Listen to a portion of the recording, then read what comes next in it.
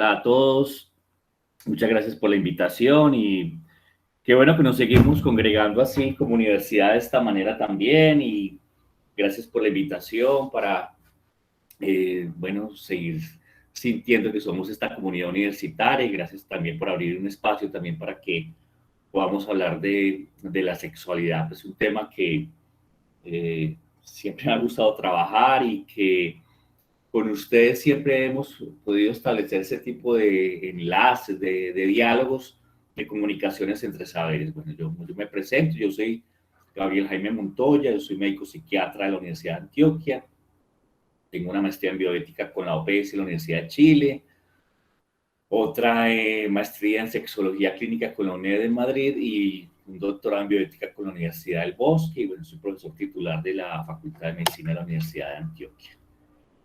Empecemos por aquí por una definición, bueno, en su tiempo a mí es de las más nuevas que hay, pero encontrar definiciones nuevas pues no siempre es fácil, pero nos permite hacer la aproximación que requerimos para poder trabajar en un terreno como es la sexualidad humana, en el que ustedes siempre por lo general se van a encontrar definiciones que suelen ser extensas, generosas, digámoslo así, en sus contenidos, y es porque este campo de la sexualidad humana es un campo de congregación, es decir, aquí llegan muchos saberes y cada uno desde nuestra formación, desde nuestro oficio diario, pues tiene algo que aportar, tiene algo que decir, tiene algo que opinar y por eso la sexualidad no solamente tiene una dimensión, pues, digámoslo así, orgánica, como podríamos decir, más médica, sino que también se expande en otros aspectos. Entonces, la salud sexual se entiende como un estado de bienestar, pues, o sea, no, igual que cualquier definición en salud sexual, en salud en general, en relación con la sexualidad a través del ciclo vital, ¿listo? O sea, que esto quiere decir que todos los seres humanos, en cualquier momento de nuestra vida, tenemos que estar relacionados con la sexualidad.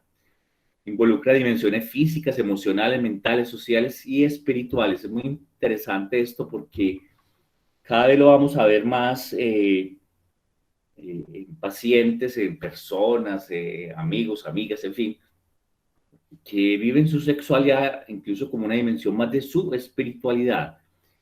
Lo que pasa es que en Occidente hemos hecho una pelea con la sexualidad, es decir, y sobre todo con un asunto y es con el placer también, pero bueno, no voy a entrar ahí profundamente en esta discusión, pero sí para entender que la sexualidad también podría ser una dimensión de trascendencia, ¿ya? Entonces, por eso ahí también hay veces que hay dificultades para entender esto. La salud sexual es un elemento intrínseco de la salud humana y se basa en un enfoque positivo, equitativo y respetuoso de la sexualidad.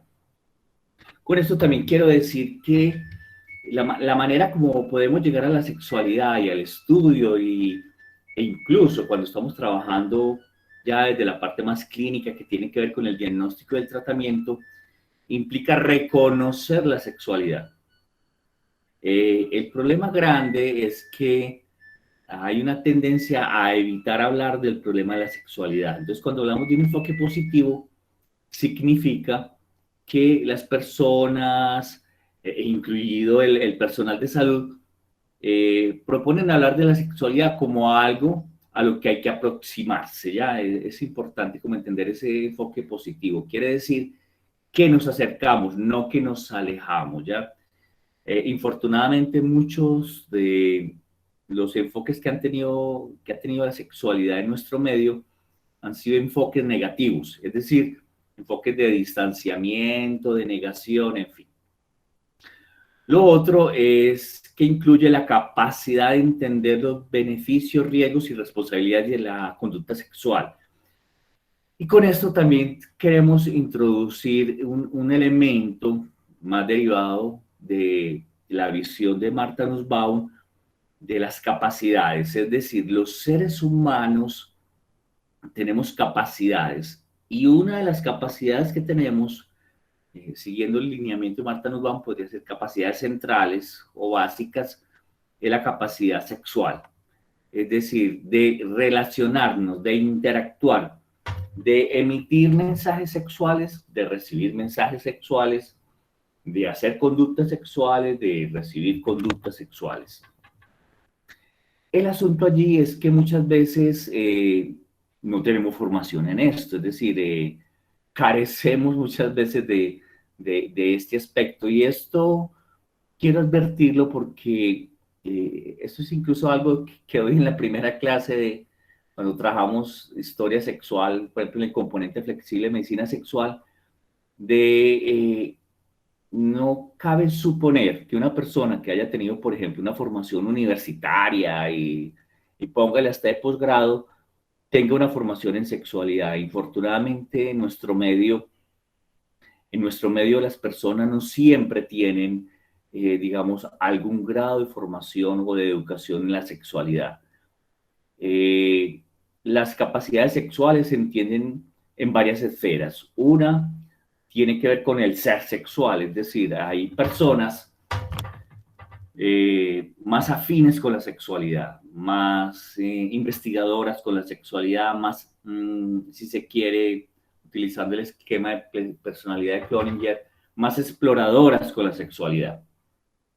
Y hay otras personas más reticentes, más alejadas de la sexualidad. También hay que entenderlo de este punto.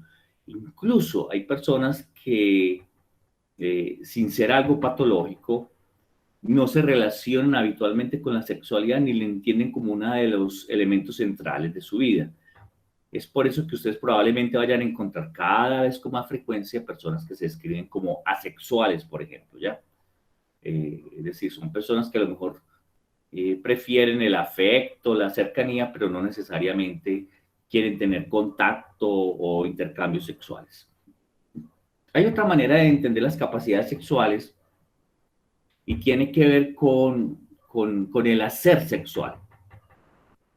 Esto quiere decir con la ejecución, incluso si lo reducimos, lo llevamos al término más concreto, con técnicas, ya, es decir, y algo pues ya estoy siendo demasiado reduccionista, pero es algo concreto como técnicas de posiciones sexuales, de sexo oral, en fin, algo tan concreto como esto.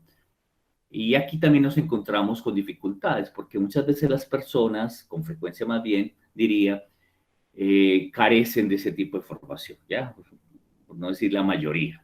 Es decir, no hay formación en esto. Es decir, las personas aprenden acerca de la sexualidad muy probablemente por situaciones, por estímulos, perdón, como la industria pornográfica, en fin, pero no porque en la escuela o porque se le explique del sistema de salud cómo debería ser su sexualidad, su ejecución sexual. Y también hay un comunicar sexual, esa sería como otra dimensión de esas capacidades que tiene que ver con la capacidad, con el elemento de poder hablar, discutir, instalar el tema de la sexualidad. Por eso vamos a ver dificultades en las esferas en las que trabajamos con muchas veces las personas experimentan limitaciones, restricciones para instalar el tema de la sexualidad en la consulta médica, ¿ya? Y por eso, pues, les doy de entrada como un dato que sabemos desde hace mucho tiempo, que por lo general los pacientes esperan que sea el profesional de la salud, sea el que sea, el personal de salud, quien proporcione las facilidades para poder hablar del tema de la sexualidad. Y lo último tiene que ver con los contextos. Esto quiere decir que en cada momento del ciclo vital y según esas capacidades, pero también de acuerdo a los contextos, personas, situaciones, lugares, tenemos diferentes respuestas sexuales, ¿ya? De tal manera que, y eso ya uno lo puede experimentar en la medida en que va revisando su propio ciclo vital. Hay momentos de mayor producción sexual, de mayor excitación sexual. Habrá otras épocas de menor, digámoslo así, menor producción sexual, menor interés incluso por la sexualidad, pero van oscilando según lo que el individuo va viviendo, ¿ya? Por eso es importante también comprender que hay sociedades más amigables con la sexualidad, ¿ya? Y hay etapas de la vida donde probablemente el individuo se acerque más a la sexualidad y habrá otros donde no se acerque tanto a la sexualidad, pero no quiere decir esto que niegue su propia sexualidad.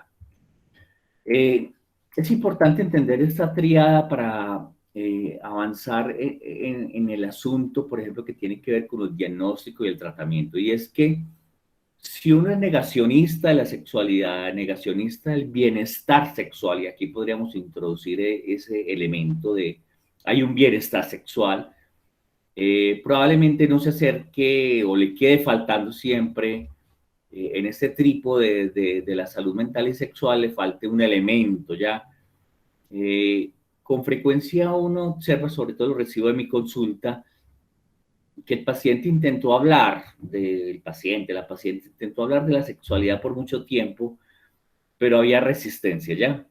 Si uno logra entender, y quiero ser enfático en eso, si logra entender que hay la posibilidad de entender el bienestar humano a partir de la sexualidad, ya uno está avanzando muchísimo en la atención de las personas, ¿ya? No todos tenemos pues que ser sexólogos necesariamente, pero sí comprender que ese tema genera inquietudes, ¿ya? Y si no está resuelto, pues afecta una de esas esferas de este triángulo que hay aquí, que es el bienestar global. Lo otro es que hay un elemento bien interesante de la sexualidad y de la salud sexual que tiene que ver con el disfrute del placer, ¿ya? Ya lo enunciaba en un primer momento, esta sociedad occidental y ya eso está incluso en los trabajos de Michel Foucault y otros sucedáneos, digámoslo así, en el campo de la biopolítica, y es que tenemos de pronto más afinidad para entender el asunto del dolor, del malestar, más que el del placer, ¿ya? Nuestra sociedad es una sociedad que tiene también problemas para entender el placer y para regular el placer de muchas maneras, ¿ya? Por eso también podemos ver que cuando algo produce placer, hay una tendencia como a accederse con esto. El asunto es que la sexualidad es una fuente primaria, originaria de esa fuente de placer para el ser humano. Y lo otro es que la sexualidad, al igual que la mayoría de actividades humanas, por no decir que todas, no está exenta de riesgo. Yo suelo hacer la comparación como la sexualidad es igual que la alimentación, ya en todos los sentidos, ya. Eh, entonces, la alimentación, claro, depende de lo que comas, también vas a mantener o perder tu estado de salud. Y hasta el mismo hecho, acto, conducta de la deglución puede generar un riesgo, ya atorarse, atragantarse. La sexualidad no está exenta de eso, ya, y es importante entenderlo porque mucho del enfoque, yo les hablaba en un primer momento, el enfoque positivo, pues también el enfoque negativo de la sexualidad eh, suele estar concentrado en esto. Entonces muchas veces las personas, las 2 o 3 veces que han escuchado hablar de la sexualidad ha sido un enfoque negativo más basado en la abstinencia, más basado en sembrar el terror.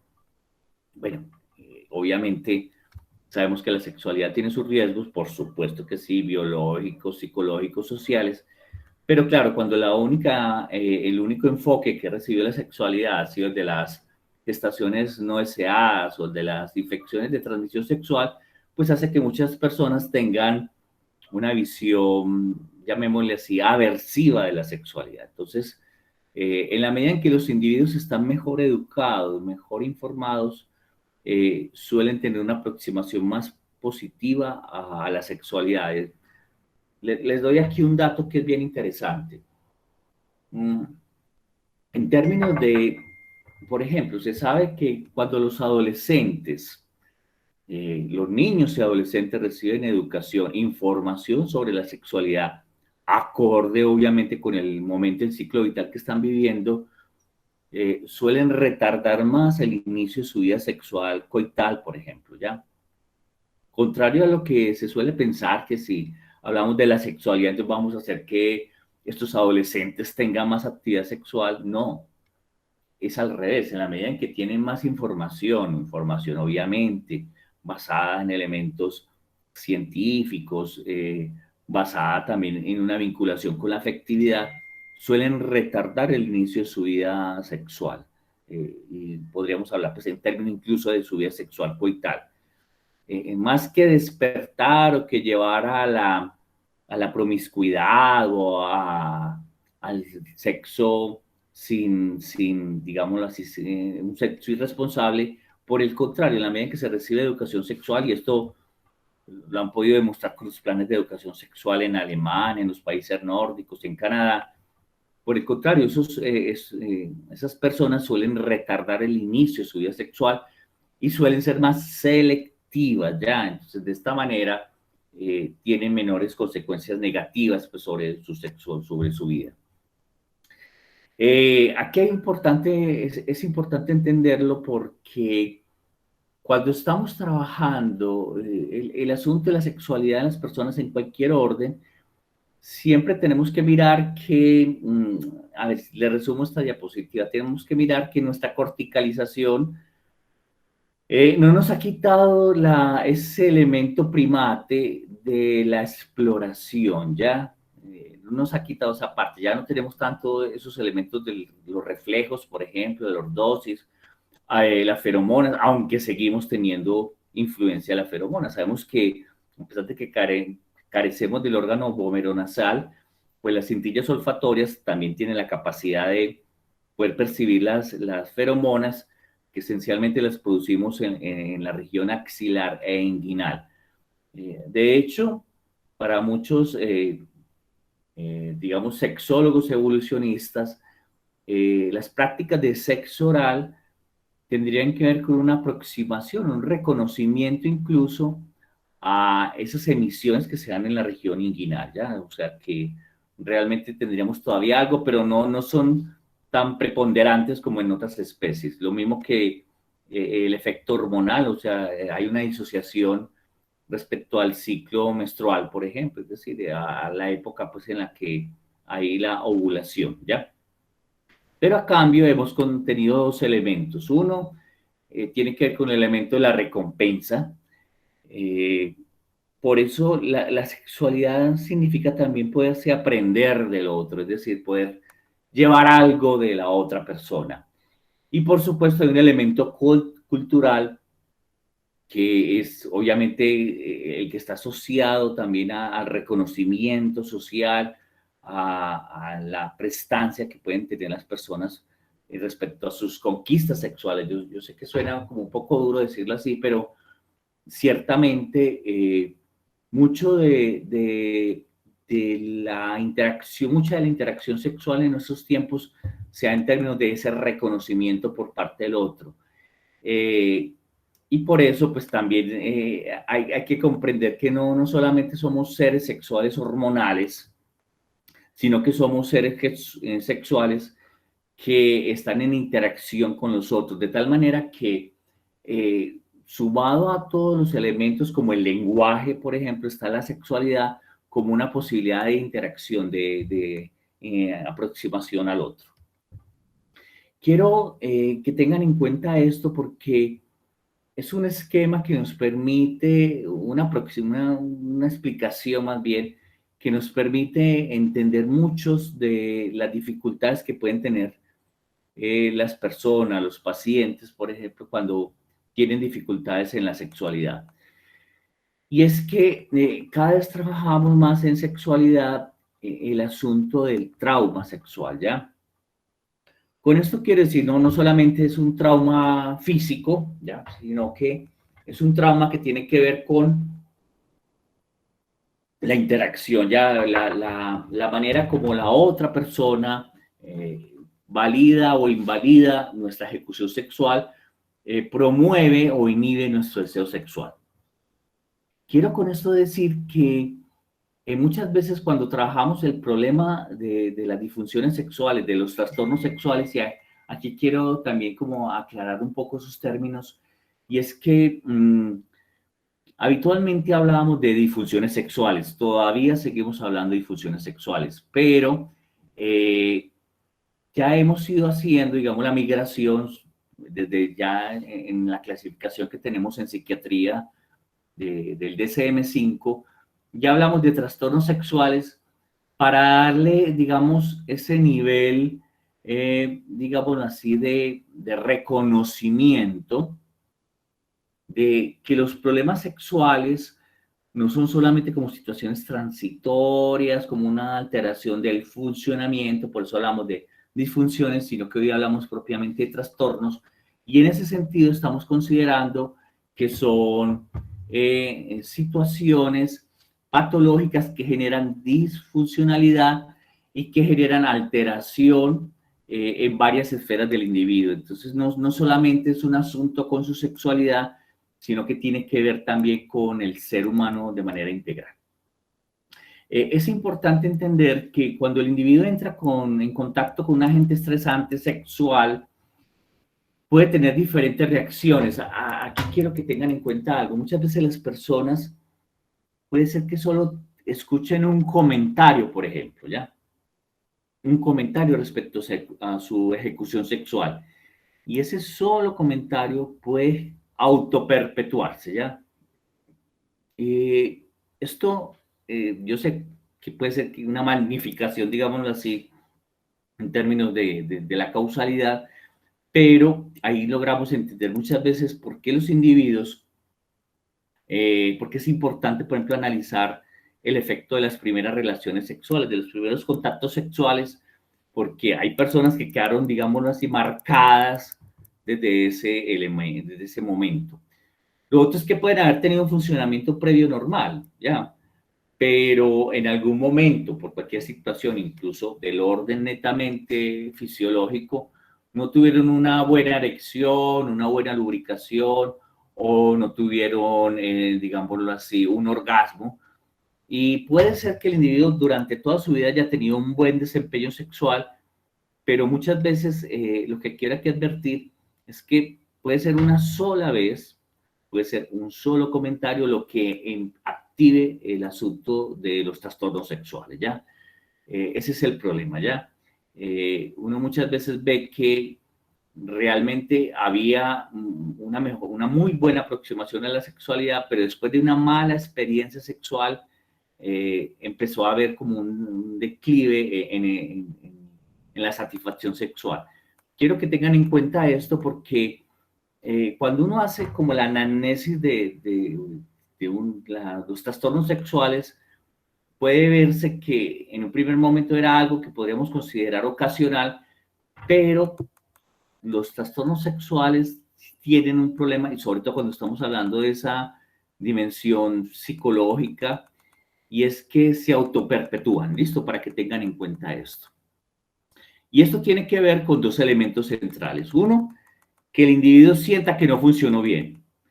Y eso es un problema grande. Hay digamos, una hipérbole de la sexualidad, una exageración de la sexualidad, probablemente favorecida por muchos factores, y uno de ellos podría ser la misma industria pornográfica que magnifica los tiempos de ejecución, el número de parejas, las dimensiones de los genitales, en fin, lo que se quiera incluir allí. Y esto hace que el individuo se sienta en carencia. Ya es importante cuando uno está trabajando ese aspecto del diagnóstico, como ver cómo se percibe el individuo respecto a su capacidad de tener una ejecución sexual. Y lo otro, siempre tengan en cuenta algo, y esto vale para todos los que hacemos la clínica, y es que cuando hay trastornos sexuales, uno de los elementos que más perjudican justamente la recuperación hacia la normalidad es que el individuo suele evitar la sexualidad. En la medida en que el individuo deja de practicar la sexualidad, cualquier trastorno suele perpetuarse, ¿ya? Ese es el problema, ¿ya? Entonces, por eso muchas veces hay que entenderlo. Aunque esto suene a goleada, hay que estar allí en la cancha, ¿ya? El problema más grande de muchas personas, y estoy seguro que ustedes con los pacientes que atienden a diario lo ven, es que en la medida en que no han funcionado bien, dejan de acercarse a la sexualidad y allí justamente es donde suele generarse más problemas. Hay limitaciones en la activación sexual. En la medida en que se elabora cognitivamente cualquier, digamos, dificultad sexual como traumática, muchos individuos, el problema grande que experimentan es que no logran pasar, digámoslo así, de un estado de neutralidad sexual a un estado de activación. Y un descenso en la frecuencia sexual. Siempre quiero que recuerden como este elemento, sobre todo en la parte diagnóstica, porque cuando bajamos la frecuencia de la actividad sexual, y ojo, estoy aquí aclarando, no necesariamente tiene que ser que el individuo tenga tantos coitos por semana, sino en la posibilidad de comunicarse sexualmente con su pareja o con sus parejas. En la medida en que baja esa frecuencia, el individuo, podríamoslo decir así, se desentrena sexualmente, ya es una pérdida de una habilidad, de una capacidad sexual, que suele manifestarse muchas veces, tal vez lo que vamos a ver en las personas que nos consultan, mujeres, hombres, tiene que ver con un bajo deseo sexual. Entonces, ¿qué es importante? Porque esto nos sirve para entender el foco terapéutico donde lo generamos, ¿ya? Hasta hace, bueno, yo creo que en la formación clásica que teníamos en sexología, en sexualidad, siempre nos hablaban de ansiedad de desempeño, ¿ya? Y sigue siendo vigente. Muchas personas, al sentirse observadas, calificadas, pues bajan su rendimiento, su ejecución sexual, pero hoy preferimos hablar más bien de autoconfianza sexual. Y esto está muy correlacionado con este asunto de las capacidades que les mencionaba en un primer momento. Entonces, lo que hacemos en el foco terapéutico es volverle a decir al individuo, venga, usted puede volver a disfrutar de la sexualidad, ¿ya? Siempre, aquí le doy un tips también para la clínica, una manera de aproximarse a la sexualidad y de reducir la ansiedad que puede generar hablar del asunto, tiene que ver con este elemento, este tópico de poderle decirle al individuo, venga, usted puede disfrutar. Usted también tiene derecho a que le pasen cosas buenas y usted también tiene derecho a que su sexualidad funcione, ¿ya? Y a que se pueda comunicar por medio de la sexualidad. Lo otro tiene que ver en términos de autocontrol, ¿ya? Uno de los elementos que más perjudica al individuo y que lo hace más evitativo respecto a la sexualidad tiene que ver con la sensación de que ya no decide sobre su sexualidad, que ya no puede, digámoslo así, presentar propuestas sexuales también, o que es, incluso también eso es delicado, es su pareja la que tiene el control o está al mando, digámoslo así, de la sexualidad. Y esto no nos viene al caso porque muchas veces cuando trabajamos las disfunciones sexuales femeninas, nos encontramos con estas limitaciones, ya es sentir que ella ha dejado la vida sexual a cargo, por ejemplo, de su esposo, de su pareja, ya, y que ella no decide sobre este elemento. Por eso, cuando trabajamos y hacemos un enfoque terapéutico, también buscamos sentir que el individuo, voy a utilizar pues, una expresión bastante usada, se empodera, digámoslo así, de su sexualidad, vuelve a tener una palabra sobre su sexualidad. Y también es importante, ya estamos trabajando en estos tiempos una sexualidad en la que también en muchas ocasiones con frecuencia tenemos que utilizar medicamentos, ¿ya? Y esto también es importante entenderlo como una manera de erotizar los medicamentos. Yo sé que muchos de los pacientes con los que ustedes trabajan, por ejemplo, requerirán hombres con disfunción eréctil, con trastorno eréctil, pues requerirán terapia intracavernosa, por ejemplo. Y es importante traducirles a ellos que esa inyección, yo sé, una inyección de terapia intracavernosa, puede también hacer parte de una manera de relacionarse con su pareja, no tiene que ser algo necesariamente traumático, sino que es un medio por el que se puede mejorar esa autoconfianza y ese autocontrol sobre su propia sexualidad. Muy bien. Quiero también trabajarles algo enseñarles como este asunto que tiene que ver con un elemento central, como es lo del deseo sexual, ¿ya? Cuando les menciono esto, quiero como enfatizar en que muchas veces lo que vamos a observar es que las personas, cuando nos hablan de sexualidad y cuando nos hablan de una sexualidad, digamos así, problemática, lo que encontramos es un bajo deseo sexual, ¿ya? El individuo no quiere volver a saber de la sexualidad. Y esto obedece también a un encadenamiento que tiene que ver con que las disfunciones sexuales, enseguida lo vemos, suelen eslabonarse, encadenarse una con otra. Por eso es importante cuando alguien no quiere, como vemos dificultades con la sexualidad, indagar como por 4 esferas, ¿ya? La primera tiene que ver con la propositividad, es decir, con la intencionalidad directa o indirecta de querer tener actividad. Uy, llegó la gata. Ay, hola. Venga, muñeca, ahorita trabajamos. Tiene que ver con la capacidad de poder decir, quiero tener sexo, ya, quiero tener actividad sexual, me interesa saber de la sexualidad, quiero compartir sexualmente contigo.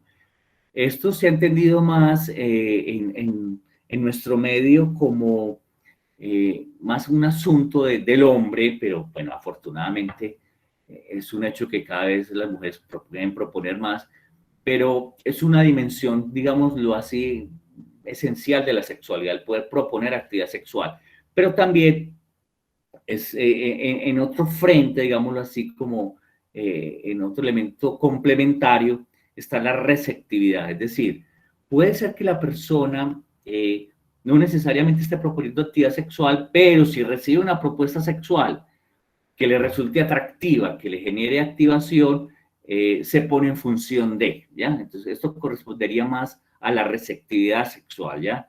Y eso, por ejemplo, en términos de sexualidad humana, perdón, de sexualidad femenina, nos ayuda a entender que hay muchas mujeres suelen ser más receptivas, es decir, más que proponer, muchas veces están más enfocadas en ver, de alguna manera, si su pareja propone o no algo, y a partir de esto, pues, tener la opción de decidir.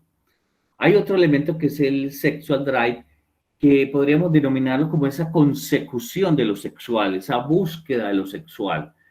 Y esto lleva también a considerar, por ejemplo, elementos como facilitar el encuentro sexual. Cuando les hablaba ahora de contextos, también esto quiere decir estar en el punto donde yo quiera facilitar la sexualidad.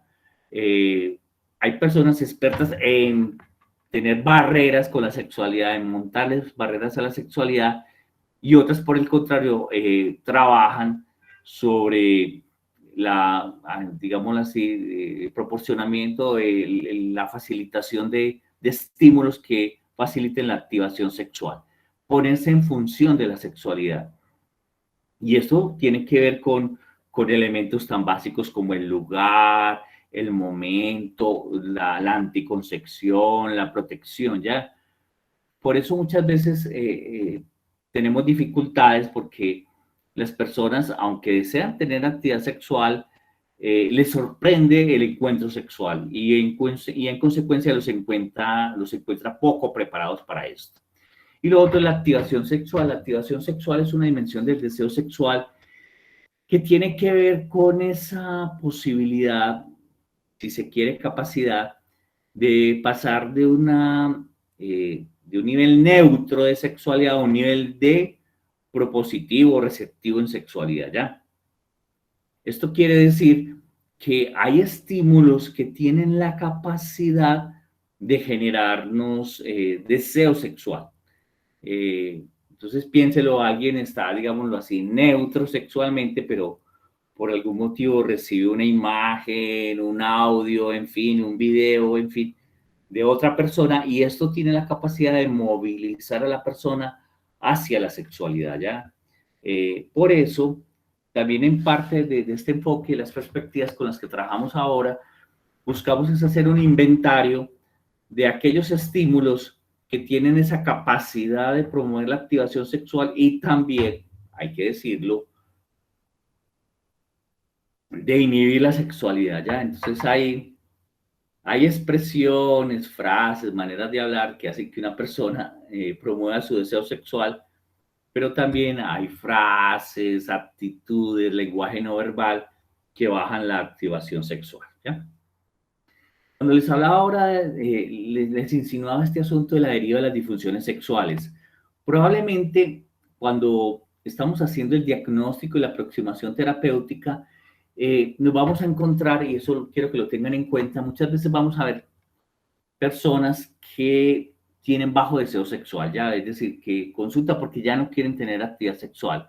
Pero cuando uno indaga realmente cuál ha sido, digámoslo así, la causa de ese bajo deseo sexual, lo que uno ve es que han habido otras situaciones, otras dificultades sexuales que han llevado, digámoslo así, a tener esa manifestación de bajo deseo sexual.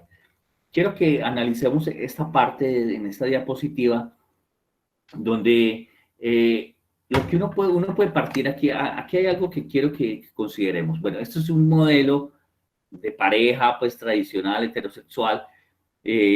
También habrá que considerar que en este momento las personas no solamente interactúan con una sola pareja, sino que pueden tener interacción con varias parejas, o sea, estaría lo del poliamor. Pero, por ejemplo, tomémoslo, este asunto de la anorgasmia, ¿ya? Por ejemplo, digamos, una mujer que tiene problemas con su orgasmo. Esto se puede correlacionar con una dificultad para activarse, para excitarse sexualmente. Y el hecho de que ella, por ejemplo, no tenga orgasmos, puede llevarlo a él a que no se active adecuadamente, es decir, que él no logre tener el nivel de excitación que desea tener o que pudiera tener, y que esto finalmente se manifieste y que se ponga tenso frente al encuentro sexual en términos, por ejemplo, de esta visión de si la va a satisfacer o no, y esto puede a su vez correlacionarse o llevar a que tenga problemas con su erección. Con esto quiero advertirles que muchas veces uno va a ver al final, por ejemplo, que el individuo tiene baja satisfacción o bajo deseo sexual, pero es porque puede ser algo primariamente originado en los asuntos que tienen que ver con el desempeño sexual de su pareja. Esto es que lo consideremos porque muchas veces, obviamente, en tantas áreas de la medicina, siempre hemos visto al individuo pues, de manera particular. Pero cuando uno trabaja sexualidad, tiene siempre que ponerse en correlación, en relación con sus pareja, con su pareja o con sus parejas, también si es del caso, para poder entender que cualquier problema que tenga su pareja también se traduce en una alteración, se puede traducir en una alteración de su deseo, de su funcionamiento sexual. Uno puede observar, por ejemplo, individuos, por ejemplo, para dar como una aclaración aquí, que tienen problemas con su erección, ¿ya? Es decir, póngale un hombre cuarentón que empezó a tener dificultades con la erección, con la rigidez de la erección, y posteriormente, cuando logra como tener algún grado de erección para tratar de cumplir, suele acelerar, digámoslo así, su respuesta sexual con lo que puede para poder lograr mantener, digámoslo así, su desempeño con algún grado de rigidez y acelera la erección, acelera el encuentro sexual, lo que le puede llevar a que tenga eyaculación precoz. Y esto es como una asociación justamente de esto que tiene que ver con la deriva de las disfunciones sexuales, lo que termina también con el tiempo generando bajo deseo sexual. Entonces puede ser que veamos al final, cuando alguien consulta por disfuncionalidad sexual, veamos el efecto final y no el efecto inicial, ¿ya? O la causa inicial con la que estaba el individuo teniendo dificultades. Lo otro es que siempre en sexualidad tenemos que considerar que cada individuo valora su sexualidad, valora la sexualidad de los otros también a partir de lo que vive. Es importante para los que hacemos atención clínica, porque pues aquí esto es una gráfica que recuerdo la encontraron uno de mis estudiantes en el componente flexible, y es entender que hay diferentes, incluso aquí se puso a estudiar la frecuencia de la actividad sexual de los médicos, según incluso su especialidad. Y con esto quiero como advertir que muchas veces nosotros cuando estamos valorando ese grado de funcionalidad o disfuncionalidad, lo estamos haciendo también a partir de nuestra propia vivencia sexual, ¿ya? Y la advertencia es justamente señalar que no solamente, no necesariamente nuestra percepción de la sexualidad, es decir, para muchas personas es normal, puede ser la normalidad tener un encuentro sexual diario, por decir algo. Es su vida sexual así, pero si eso lo trasladamos a las necesidades sexuales de nuestros pacientes, pues ahí podemos tener dificultades, ¿ya? Porque no necesariamente ellos van a seguir, digamos, la percepción que tiene su terapeuta, ¿ya? Entonces, por eso uno tiene que ejercer aquí como la escucha activa y sobre todo tengan en cuenta en la parte diagnóstica, ver cuál fue el nivel, si se puede decir, óptimo o el nivel habitual que tenía el individuo en su actividad sexual o en su ejecución sexual, ¿ya? Y no necesariamente la advertencia tiene que ver con este asunto de, por favor, no mezclémoslo así, como el asunto propio con el que tiene que ver con los pacientes. Yo sé que es un ejercicio que no siempre resulta fácil, pero que es altamente conveniente porque y hay varios estudios, digámoslo, en ese sentido, cuando mencionan las restricciones del abordaje de la sexualidad en la consulta, y es que muchas veces el mismo profesional de la salud está presentando limitaciones en su comunicación porque está asumiendo que la sexualidad del otro debería ser de una manera, según incluso pues, según su propia visión personal. Lo otro, cuando les hablaba de contextos, es entender cómo trabajamos en la actualidad y cómo entender, digámoslo así, las conductas sexuales, las identidades sexuales, ¿ya? Esto es, yo sé que ya aquí podrán, que es LGBTQQ, IA2SP, pues yo esto lo vi hace como unos 2, 3 años en el Congreso Americano en Psiquiatría, y yo decía, pero eso es como la clave del Wi-Fi, ¿o qué? Y lo que quería mostrar, esta sigla tiene que ver con el espectro de la identidad sexual en nuestros tiempos. Esto es un espectro resumido que está aquí descifrado de esta manera. Entonces, cuando hablo de contextos, también me conviene que el profesional de la salud se ubique, sobre todo en estos campos donde los pacientes te pueden decir, vea, yo soy questioning, ¿ya? Y entender qué puede ser esto y no solamente entender que las personas pues son heterosexuales u homosexuales.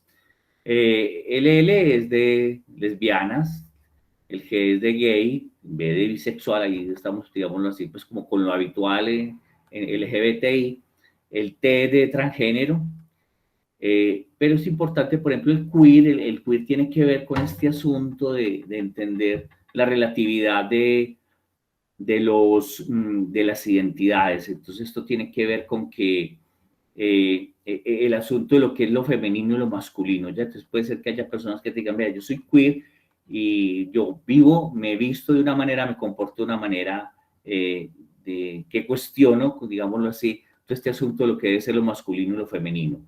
Cuestionen, es importante que lo comprendamos porque hay muchas personas, digámoslo así, que vivieron su vida, han vivido su vida habitualmente como heterosexuales y, por decir algo, después de los 40 años han realizado exploraciones homoeróticas o han tenido ya una relación afectivo-erótica con una persona de su mismo sexo, y puede ser que en ese momento digan que son cuestiones, no porque estén en un estado de indecisión, sino porque precisamente están explorando nuevas decisiones, nuevas identidades sexuales, ¿ya? Entonces puede ser que no describan, yo soy cuestión y ya. También puede estar en las personas intersexuales, que ahora pues, es lo que denominamos trastornos del desarrollo sexual, personas con trastornos del desarrollo sexual, lo que antes llamábamos personas con estados intersexuales, o que antes, mucho antes, eran personas con hermafroditismo. Asexuales son personas que pueden tener un interés por relacionarse afectivamente con otra persona, pero no necesariamente a nivel sexual, o puede ser que no tengan ningún interés en conectarse con una persona independientemente de su sexo. Cada vez son más frecuentes, lo puede uno ver en la consulta. Los aliens son personas que dentro de este espectro son habitualmente personas heterosexuales que se conectan, que hacen activismo, que acompañan a las personas no heterosexuales o a las personas dentro de todo este espectro de diversidad sexual. Los dos espíritus, pues, son personas que habitualmente en tribus, pues, en culturas nativas, también aquí en América, que son personas que nacieron, digamos, le fue asignado un sexo al nacimiento, pero que en la medida en que fueron desarrollando su ciclo vital, asumieron otra identidad, una identidad, digamos, diferente a la que le fue asignado, y, digámoslo así, son transgéneros nativos, ¿ya? Y esto es importante entenderlo porque estas personas suelen ser valoradas, muy bien valoradas en esas culturas como personas con capacidades para, no sé, verle el mejor momento de la siembra, de la cosecha, lo mejor para una comunidad, contrario a lo que podríamos ver de, digámoslo así, de entender que sean personas pues que sean marginadas o discriminadas. Y la P de los pansexuales, ya esos son, digamos, las personas que tienen una apertura mayor en sus términos de su identidad sexual. Aquí está, también les quiero que tengan en cuenta cuando hablamos de contextos, de que vamos a encontrar muchas veces que los pacientes se describen como heteroflexibles, ya. Esto quiere decir, son personas que su identidad sexual, digamos, predominante es la heterosexualidad, pero que ocasionalmente pueden tener, por ejemplo, encuentros sexuales con personas de su mismo sexo, ¿ya? Y la definición que hacen de su sexualidad es esencialmente heterosexual, pero le pueden poner, digamos, ese adjetivo heteroflexible, ¿ya? También tiene que ver con bicuriosos, para que tengan en cuenta ese término también, porque cada vez las personas cada vez más personas se describen como esta misma situación, como de una, digámoslo así, de una identidad predominantemente hetero, pero pueden tener estas características de encuentro con el otro. Hay que considerar también en esto que les mencionaba del diagnóstico, este asunto de la resiliencia sexual, es decir, hay personas que frente a la disfuncionalidad sexual despliegan una cantidad mayor de capacidades de adaptación, y, digámoslo así, el trauma sexual resulta siendo menor. Y también hay personas que, infortunadamente, frente a un mal funcionamiento sexual, suelen automagnificar, digámoslo así, la magnitud de la dimensión del problema sexual, ¿ya? Entonces, por eso también quiero que consideremos, porque hay personas que uno diría, pero esta persona, ¿por qué sigue teniendo actividad sexual con todo lo que le ha pasado? Y se busca y se diseña y se vuelve creativa. Y hay otras personas que, a partir simplemente de un comentario inapropiado que le haya hecho alguna pareja sexual, cancelan su vida sexual, ¿ya? Esto depende, obviamente, pues les estoy aquí explicando este asunto de esa estrategia de afrontamiento, ya del coping que tiene cada individuo. Y, por supuesto, lo que buscamos cuando hacemos cualquier terapia sexual es mejorar esa capacidad de acercamiento. También quiero mencionar aquí algo que es importante, que es con frecuencia y que está relacionado mucho pues con mi área de trabajo, y es el bajo deseo sexual por depresión. Muchos individuos que consultan en varias áreas de la medicina, pues tienen bajo deseo sexual. Pero les doy como esta clave. Cuando el bajo deseo sexual es por depresión, suele, más que por otras causas directamente, suele aparecer tempranamente, ¿ya? Para que tengan en cuenta eso. Cuando hay un trastorno depresivo, el bajo deseo sexual es de lo primero que aparece y de lo último que desaparece cuando damos el tratamiento, ¿ya? Para que consideremos este aspecto. Lo otro, si es un bajo deseo sexual por depresión, suele corregir con el antidepresivo, ¿ya? También para que con frecuencia tenemos interconsultas por este aspecto, pero para que lo consideremos, no necesariamente todos los antidepresivos van a generar disfunción sexual, ¿ya? Y lo otro es que cuando el bajo deseo es causado por la depresión, está dentro de todo el espectro de baja autoestima, de anedonia, de restricción en el acercamiento a las cosas placenteras, a los factores placenteros que está presente en la depresión. aquí les doy como esta clave también, es importante como comprenderlo. No, quiero que se lleven como esa idea también, no necesariamente todos los antidepresivos que trabajamos en psiquiatría tienen que generar disfunción sexual, ¿ya? En general, todos los que son del corte, digámoslo así, de los antidepresivos duales, suelen tener bajo impacto sobre la funcionalidad sexual y sobre el deseo y sobre la excitación o el orgasmo, ¿ya? Entonces, para que cambiemos como un poquito ese esquema, ya que nos concentramos un poco más en el tratamiento, que no siempre, hay como una visión de que los antidepresivos generan difusión sexual, no, no siempre es así. Entonces, aquí hay algunos que son, digamos, está la lista de los más amigables con la sexualidad, está la desvenlafaxina, la mirtazapina, el bupropion, la gomelatina, la vortiocetina y la trazodona, pues también de toda la vida. Entonces, para que si en algún momento tenemos que recurrir a hacer el abordaje en, digámoslo así, de una persona con depresión y no queremos alterar su sexualidad, esos serían unos buenos candidatos para ese aspecto. Lo otro es, también sabemos que en términos de terapia, en el trastorno eréctil, cada vez pues, más personas consultan por esto, cada vez más personas expresan sus dificultades. Tenemos 3 niveles de intervención, tal vez la terapia oral ha sido la que ha ganado en los últimos 20 años el mayor protagonismo. En nuestro medio seguimos teniendo digamos, inhibidores de la psicofosfodiesterasa, el sildenafil, el vardenafil y el tadalafil, pero también tenemos opciones que tienen que ver con la terapia intracavernosa. Las ondas de choque en su momento, cuando fueron promovidas, pues se les dio un gran protagonismo. Ya hoy en este momento pues no lo tienen tan acertado pues como en un momento pensamos que podía ser. Siempre también es importante cuando trabajamos la parte de la terapia que no solamente tenemos que considerar que el individuo reciba un medicamento, sino que también cuente con una estimulación adecuada, ¿ya? Por eso es importante, esto es un término de la Escuela Sexológica Mexicana, de un estímulo sexual efectivo, es decir, el individuo recibe, se pone en contacto con algo que le resulta sexualmente atractivo, que le produce, digámoslo así, la excitación que requiere.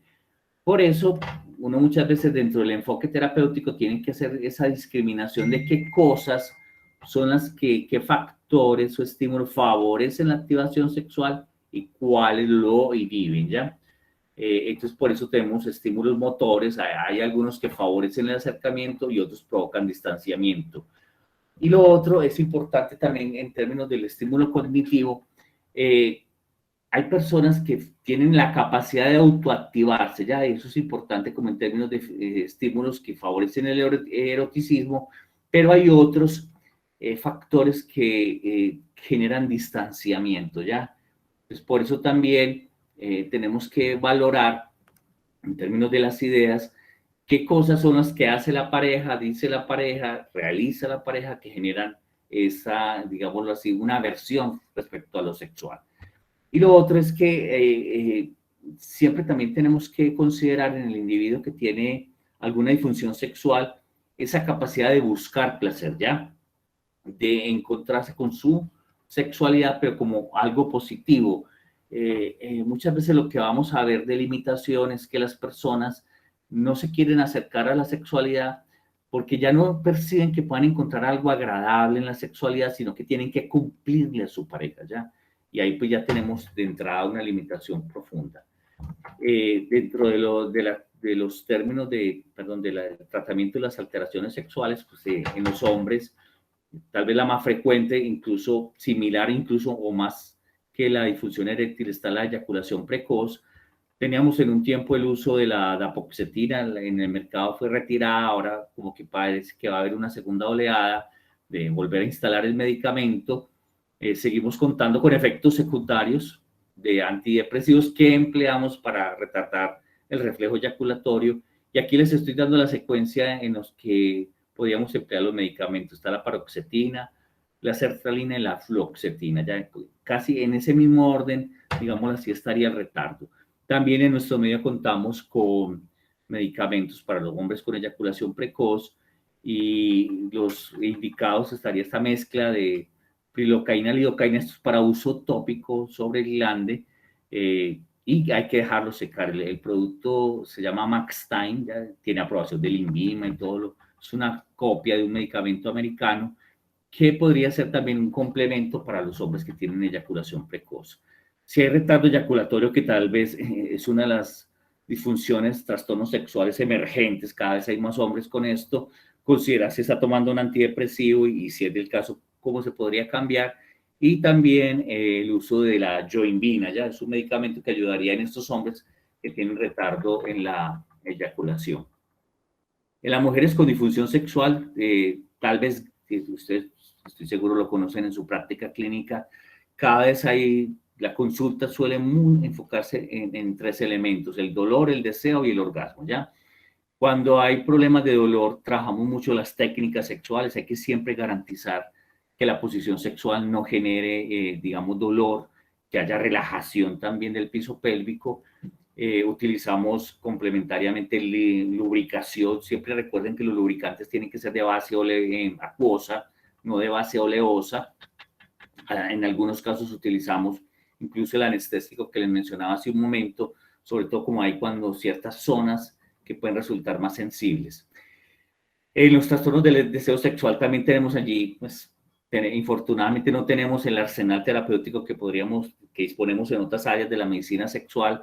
La flibanserina sigue siendo un agente prometedor, sigue sin contar con aprobación de la FDA, ya está en ese punto final, pero infortunadamente todavía no cuenta con esa aprobación. Y por eso, cuando trabajamos con mujeres con bajo deseo sexual, pues vemos como muchas dificultades en esto. También está la testosterona, cuando detectamos obviamente que el problema es de bajos niveles de testosterona. Y en trastornos del orgasmo, pues lo que hacemos es también considerar, aquí tiene que ver mucho, el asunto más que de medicamentos, tiene que ver como con técnicas, digámoslo así, en términos de masturbación dirigida, de bioestimulación y entrenamiento del piso pélvico, ¿ya? Y con esto, pues yo ya voy a dar como la parte final. Siempre consideramos que parte de la terapia en sexualidad, en sexología, incluye considerar la autoestimulación. O sea, todavía nos toca trabajar un poco más para derribar mitos respecto a la masturbación, que puede generar enfermedad o que puede generar disfuncionalidad sexual. No, por el contrario, tenemos que ver que la autoestimulación o la masturbación hace parte del repertorio sexual que tiene un individuo. Lo otro, siempre doy este mensaje, siempre consideramos que muchos hombres tienen problemas, por ejemplo, de disfunción eréctil asociada al uso del condón. Eso tiene que ver, y es algo que aclaro.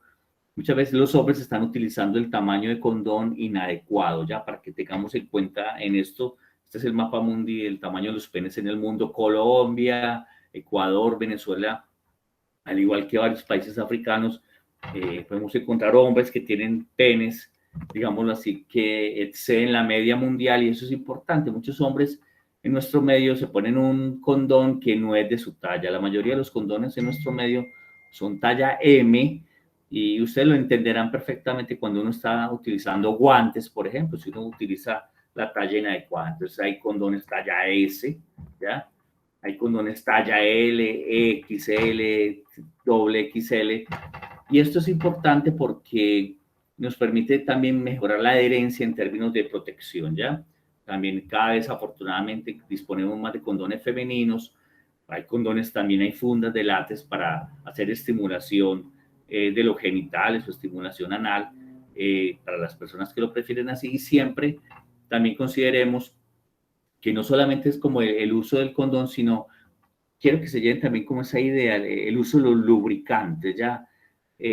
No es solamente instalar un condón, sino que también hay que proteger la mucosa, y que esa interfase también tiene que ver con el lubricante, que, como les indico, debe ser de base acuosa. Estos son los lubricantes más, digámoslo así, disponibles en nuestro medio. Hay de diferentes consistencias, pero todos, quiero que se lleven ese mensaje, deben ser de base acuosa. ¿Listo? Estos son, pues, y también es importante entender en las prácticas actuales, pues cada vez hay más personas utilizando cantidad de elementos. Unos pueden tener un riesgo nocivo, por ejemplo, como el sounding, que es introducirse objetos por la uretra. Y con eso, pues, como que quiero advertir que En esta exploración por la sexualidad podemos ver muchas personas que tienen, digamos así, conductas que pueden resultar de riesgo en términos de que son demasiado exploradores y resultan pues generándose lesiones a partir, digamos, de los objetos que emplean. Esto es la parte la parte final que hay aquí para señalar. Siempre tenemos que considerar que en términos de los contextos tenemos nuevas identidades. Eso es conveniente comprenderlo porque nos permite, digámoslo así, tener la flexibilidad cognitiva para poder entender cuando estamos trabajando incluso, por ejemplo, con adolescentes, que no siempre tenemos esa visión clásica de la sexualidad. Lo otro es que hay nuevas exigencias sexuales y esto vale para todos los pacientes, para todas las personas. Cada vez la consecución y mantenimiento de la pareja también depende de la ejecución sexual, ¿ya? Y puede ser que la persona solo tenga una oportunidad, digámoslo así, para poder mantener su pareja. Y nuevas adaptaciones que tienen que ver justamente pues, con los contextos en los que estamos trabajando, con el momento del ciclo vital y con el afrontamiento, pues digámoslo así, por ejemplo, de noxas o de elementos traumáticos. ¿Listo? Y bueno, ya hasta ahí llegué con lo que les quería presentar en el día de hoy.